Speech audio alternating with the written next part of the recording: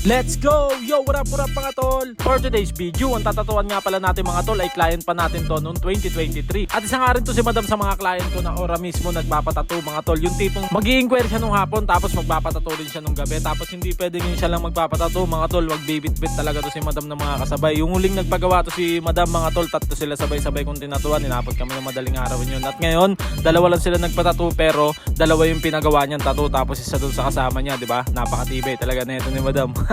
Ang gamit nga pala natin na needle dito mga tol sa panlining is 9RL at ang gamit naman natin dito na pansiksikan sa shading is 13RM. Allegory Black nga pala ang gamit natin dito na ink mga tol at ang gamit naman natin dito na machine is XNet Tattoo Machine. At ayan mga tol, kung makikita nyo naka-fast forward lang yung video natin na yan pero dinadahan-dahan natin yung pagla-lining dyan dahil marami dyan ay single line lang ang kailangan mga tol. Hindi tayo dapat gumamit dyan ng power line. At kung makikita nyo dyan mamaya mga tol, yung ibang parte lang yung lalagyan natin na shading at yung mga single line walang laman na shading yun mga tol.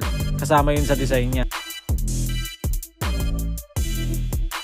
At ayan mga tol, kung makikita nyo, isa rin yan sa ginagamit kong technique yan, no? Yung nilaliningan ko na yan mga tol. Napakaliliit yan, napakakitid lang yan mga tol. At ginamit ko dyan ng pan-shading, yung pan-lining na ginamit natin mga tol. Pero hindi dapat ganun kasi lakas yung power ng machine nyo mga tol. Kunyari, yung power ng machine is 8.5 o kaya 8 o kaya 7.5. Dapat mas mahina yung gagamitin nyo na power ng makina sa pang-shading mga tol. Para hindi ganun kasolid at hindi mabugbog yung balat. Hindi ko naman sinasabi mga tol na yung technique na ginagawa ko na yan ay ganyan din gawin yung technique mga tol kung naninibago pa kayo sa mga ganyan diskarte. Kumbaga yung diskarte na yan mga tol ay sariling diskarte ko yan. Kumbaga para sa akin mga tol, diyan ko mas nakikita na magiging maayos yung gawa ko mga tol kaysa gumamit ako sa hindi ko sanay mga tol o kaya ipilit ko yung mga nakikita ko sa ibang artist mga tol, di ba? Kumbaga pumupulot din ako doon ng mga aral mga tol, pero kung saan ako mas nadadalian at kung saan magiging mas maayos yung gawa ko mga tol, yun yung ginagawa ko. Syempre marami rin tayong natututunan sa mga idol natin na artist, local saka international. At ito pa pala mga tol, may isa pa pala akong tips sa isa sa mas nakakatulong sa akin sa pagtatattoo mga tol. Yung ginagamit ko na glide, yung Achups glide mga tol. Hindi ko ni-sponsor mga tol. Kumbaga i-share ko lang sa inyo. Marami na rin naman ako mga